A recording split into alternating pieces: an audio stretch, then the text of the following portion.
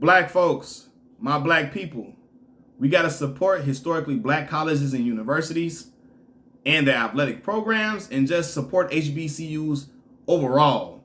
We got to support them in the same way that we did while Deion Sanders was at Jackson State, now that he's getting ready to depart from the university, right?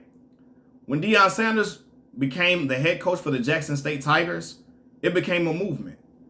It was an HBCU renaissance that we saw. People started supporting HBCUs. They started talking to HBCU talk. It started to be supported in heavy fashion, right?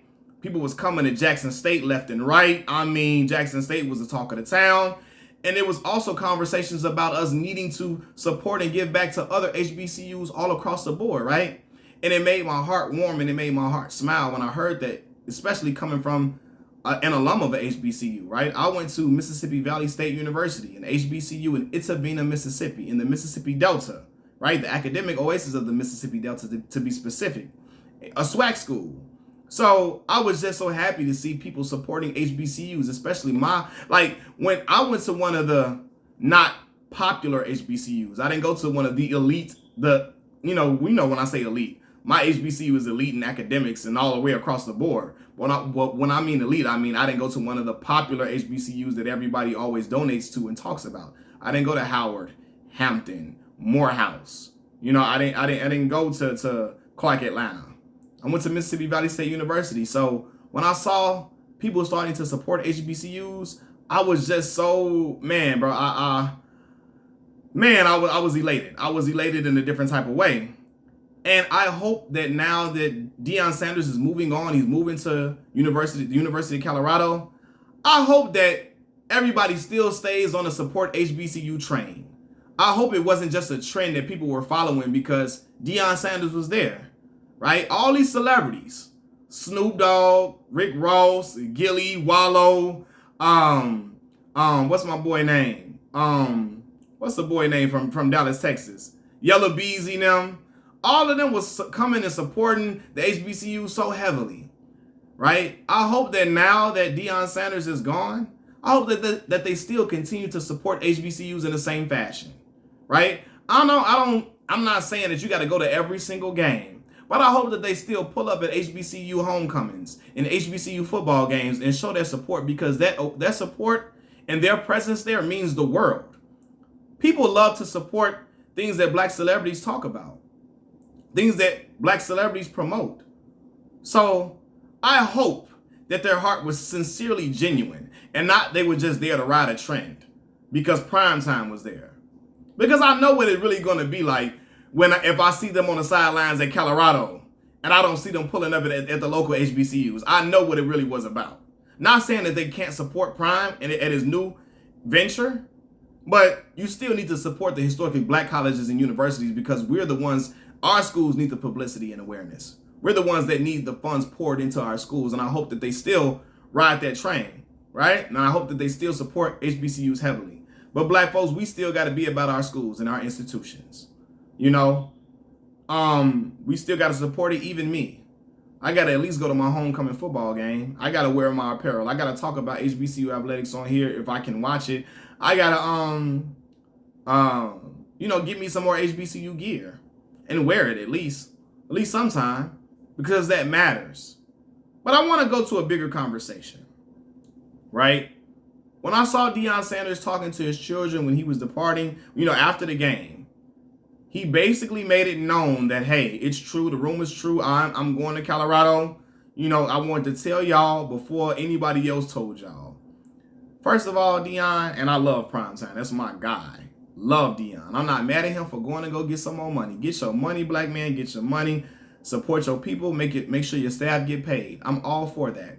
But for you to say I wanted to tell y'all before anybody else told y'all, the time would have been to tell them before ESPN let the cat out the bag.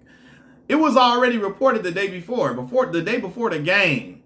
It was already reported by ESPN that they were closing in on a deal at any moment. So the kids already knew what was up. So you telling them I wanted to tell y'all before anybody else, yeah, you can confirm it, but they already knew what was up. Telling them would have been the moment that you knew after you came out of that meeting and you knew you were accepting that deal. The moment that you told the athletic director at Jackson State, it would have been the time for you to tell those kids then, right? And let's talk about his whole, like, when I'm listening to him talking to the kids, his whole demeanor was off base, right? He dropped the ball in announcing the news to those kids and telling them goodbye in proper fashion, in fashion that was tasteful, that was tactful. It was very distasteful, the way he left. And the way he told the kids he was getting ready, that he was accepting a job opportunity at Colorado, right? And I'm hearing people say this, well, you know, if y'all want Deion to stay, they should have paid him some more money. What money from where? I don't think a lot of y'all haven't went to HBCUs or you're not privy, or you're ignorant to what goes on and how much funding HBCUs get. They get nowhere near the amount of money and endowments that these predominantly white institutions get. So when people say things like, well, if y'all want Deion to stay, the HBCU alums got to give back. Yeah, we got to give back, but all of us can give back for eons, and it'll never equate the money that those predominantly white institutions get in endowments. The money they get from them boosters pumping bread into the program. We will never see that. Y'all don't know these people be getting almost $1 billion in endowments coming into these schools and universities. When they don't need money at all. They get it poured in. We have to fight for every crumb and every scratch that we can get. We never get that same type of funding. We never get those same type of resources. So to say y'all black kids, y'all black folks just need to donate to the HBCUs, donate to y'all school, alumni donate, and everything will be better, that's very ignorant. Yes, they can donate, but we can donate for eons, and it's never going to be the same. It's never going to be the same. Those people that work at the predominantly white institutions are coming from Fortune 500 companies. They working for their granddaddy's company that they've been getting millions and millions poured into for years, and they giving all the mega millions back to them schools. They getting all these mega millions in endowments and all this and all of that. HBCUs could never sniff that. So all y'all saying, if y'all wanted to keep Prime there, y'all should have paid him with what money? What money? I'm asking y'all, what money is the HBCUs like Jackson State? Where they gonna get that from? Where? If they had the money, y'all don't think they would have kept him? Be for real. Y'all don't think they would have kept him if they had the bread? You sound ridiculous. All right, now back to Deion Sanders. The way he telling the kids he got to go, he telling them, you know, either you get hired or you get fired in this situation. You get hired, you get fired. This is just how it goes. You get hired, you get fired. You stay there, you get fired, or you go get hired, new places, new horizons. Brother, you was not going to get fired. I love you, Deion. You were never going to get fired from this opportunity. Even if you lost the next couple of SWAC championships, they're going to keep you there because of the amount of awareness, the amount of fanfare, the way you elevated the platform for those kids at that school in a major way. College game day came to Jackson, Mississippi.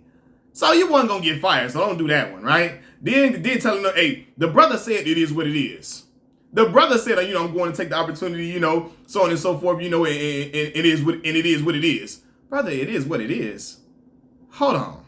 Wait a second. You know, a lot of those kids came to that university because of him, right? Or they believed in themselves in a different way because he was there. They believed in what they were doing, and they believed that they were having something good because he was there. So saying it is what it is, brother, come on, knock it off. That's not the way to address those kids. You say it in much better fashion, right?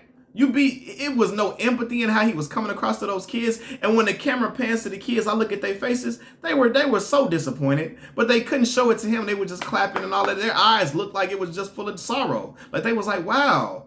They looked hurt, like, man, he's gone, right? And I'm not saying he should not go to get an opportunity where he gets some more money, but it's what you do and how you do it. How you do it. How you leave, how you depart, right?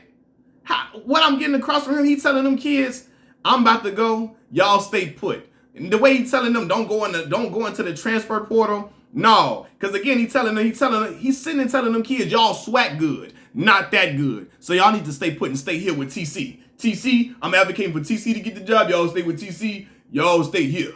Y'all not, and it's coming across like he's telling them, y'all swag good, not that good. Stay here. Y'all stay here. And to a certain degree, I get him saying every kid from Jackson State does not need to jump into the transfer portal, because some of them, to his credit, some of them will be eaten alive because so many other kids from big time programs will be jumping into this portal, right?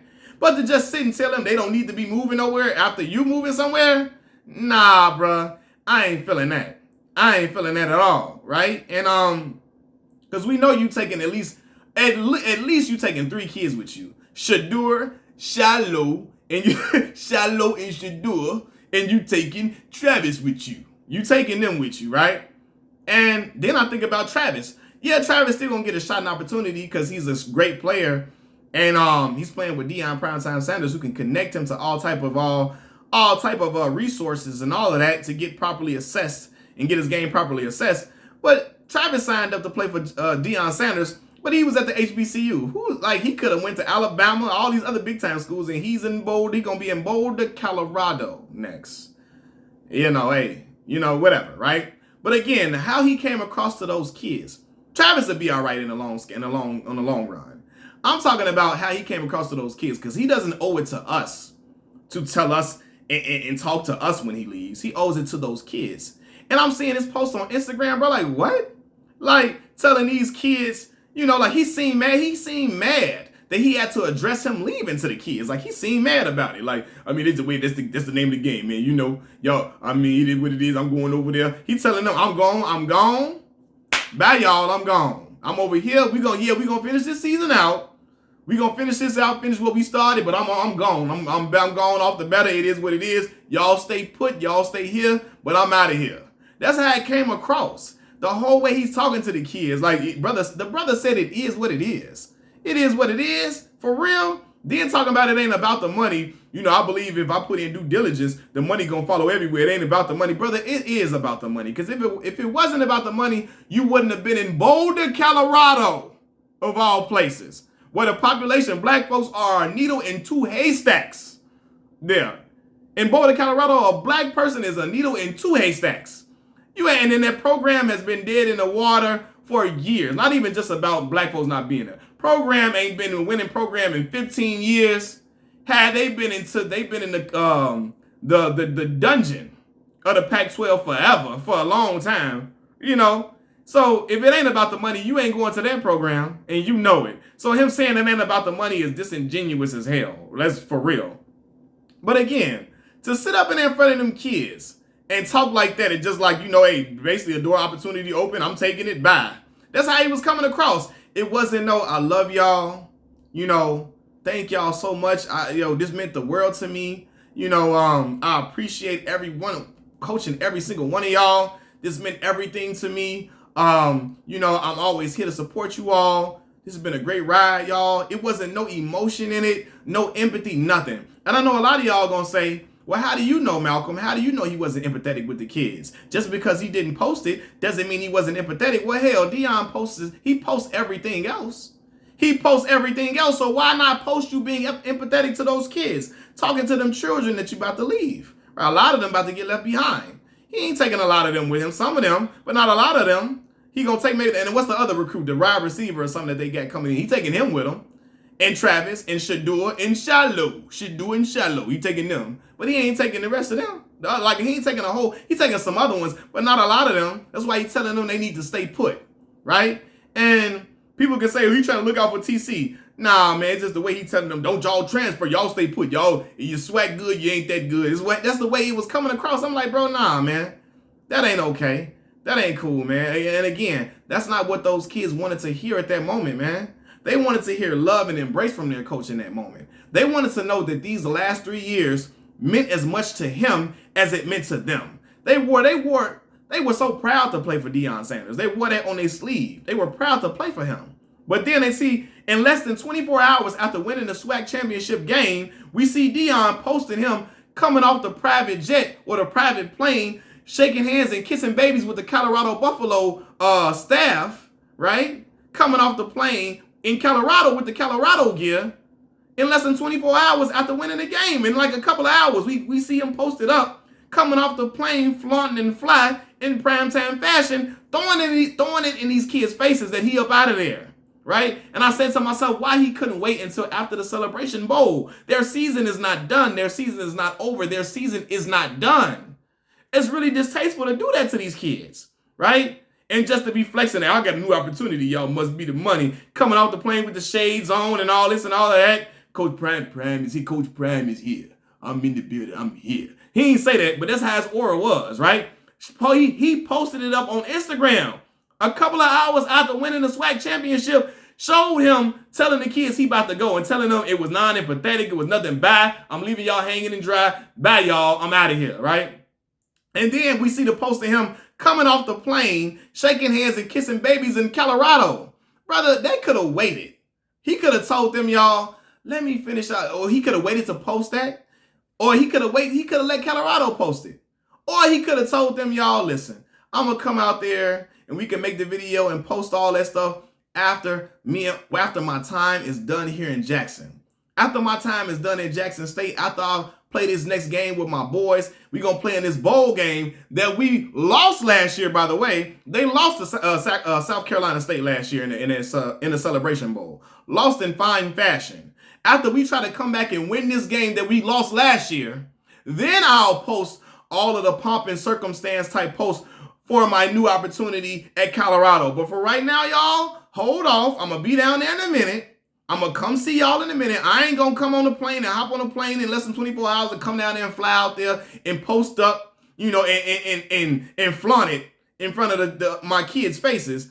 I'm going to wait until after we win this Celebration Bowl and after I soak in this moment with these kids, after I take in all of these moments, these last few moments that I'm going to spend with some of these kids that will never get an opportunity to play for me ever again. Some of these kids a lot of them kids not going to play NFL football. This is their last time to be amongst me, an NFL giant, and I get to give them some words of encouragement, some wisdom, some love.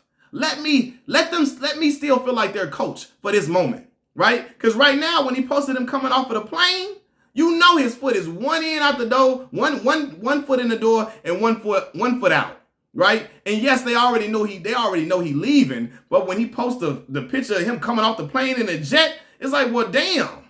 You ready to get over there, ain't you? You ready to get the hell up out of Jackson. You ready to stop being our coach. You telling us, hey, man, we going to do what we got to do. Hey, we going to finish out what we started, what it is. Hey, I mean, I mean, it is what it is, yo. You either get hired, you get fired. This is what it, like, bro, no. That's not how you talk to them kids. It's not how you do that. That's not the way you exit that program. Right? And yes, he can redeem himself after the Celebration Bowl if they are to win, but the damage has already been done. They know you ready to get the hell up out of there. And they feel that in their spirit, right? I can look at them kids' faces when the camera pans to the crowd and look and see how they was feeling. They were disheartened by that. They was like, wow, you can see the worry on some of them kids' face. Like, dang, man, he gone. He's really gone. Right? And they know Jackson State will never be looked at in the same limelight. College Game Day will never come to Jackson no more in the same way because Deion Sanders was there. They know it's not going to be covered the same way anymore. People can tell that lie all they want to. It's going to get a lot of coverage now. Don't let ESPN them fool y'all. It's going to go right back to being the same thing now that prime time is not there. I know that because that's the way it's been for the longest. And NFL coaches have come to coach at the HBCU level before. Former NFL players have come to coach. They come to coach at the HBCU ranks. They've come to the former players in the NFL have come to coach at the HBCU ranks, and they still weren't given the same fanfare. ESPN didn't care about HBCU athletics, and they showed it on a day-to-day basis. They didn't give a damn. FS1, none of them didn't care. And it's going to go back to being the same thing now. Unfortunately, it is what it is, and them kids know that. So they like, man, let us still feel like, I'm sure them kids feeling like, damn, coach, let us still feel like you here with us, that you riding with us. Let us still feel like you are coach, that you here with us, that you Jackson State coach, at least for this last game. Don't show us that you out here, you riding off into the sunset already, fam. That ain't no good look, man. Like a couple of hours after the game, you showing you coming off, prancing, off of the jet. You showing you shaking hands and kissing babies with all these Colorado coaches that didn't even want to give you the opportunity from the jump, that probably thought you was too silly and playful to get the job done initially, because they ain't offer you the job at first. You know, when you first are looking for a job, now they ready to come to you with open arms and all that. Like, you know, so anyway, it is what it is. Get your money, brother. But I just feel like he could have handled that in a much better fashion. His demeanor was extremely off base, and he dropped the ball. And then I hear people saying this too. Well, y'all just be happy. Again, we glad he came and elevated the platform and gave HBCUs awareness. But to say Deion Sanders is opening doors for other black coaches to coach at the collegiate ranks at these levels, no, the hell he's not. And you want to know how I know? Because a lot of coaches have been qualified to coach at the college level and still are not hired at all. Eric Bieniemy, right? Offensive coordinator in Kansas City with the Kansas City Chiefs with Pat Mahomes them doing the damn thing. He went to Buffalo. I mean, not Buffalo, University of Colorado. He went to Colorado. I hope I wasn't saying Buffalo the whole time. The Buffaloes, that's what the Buffs, right? That's the mascot. He went to Colorado. Eric Bieniemy went to Colorado. And they ain't hiring him. And he's more than qualified. They didn't hire him there. So what that tell you? It's going to be the same system, same good old boy system. They hiring Deion because Deion can make them, they can capitalize off of him being there. They can be capitalistic off of it. They going to get all this revenue coming in because prime time is there. It's going to be a good look for them. They're going to get all the fanfare and all the coverage on TV that Jackson State was getting, and even then some because they playing in the Pac-12. That's why they want him there. He ain't opening no doors for the college other black dudes because they know some of the other black coaches can't get them the same type of fanfare, the same type of look, the same type of element of cool that Deion Sanders can bring there. So he not opening doors for other black coaches. He doing a thing, but it's not opening doors for other black coaches. It's opening doors for him. So to say he's opening up the doors for other black coaches is disingenuous. Eric Bieniemy went to Colorado. They told his ass, hell no, you ain't coming here. After all the success he didn't have in Kansas City. So what that tell you, man? Like, come on, man. Come on. But the way he left, bro, hopping off the jet when Colorado get, like, bro, like, nah, or the private plane. I don't know what's the difference between the plane and the jet. Y'all let me know. I don't know how it looks. But yeah, like, that could have waited, brother. That could have waited till after the Celebration Bowl. Now the kid's looking like, oh, damn, I guess our coach, he's still here, but is he really all the way here for this last game? Or is he thinking about, I'm going on to better opportunity? I'm gone, y'all. That's how it came across in he seemed mad as hell. He even had to address it to the kids. Like he seemed like he was just above talking about it to them. I mean, yeah, you get hired, you get fired. Bro, nah, bro. That ain't how you leave. That's not how you leave. Them kids ain't want to hear that at that moment. They wanted to feel that. They wanted to hear that those last 3 years meant as much to you as it meant to them, because it meant the world to those kids.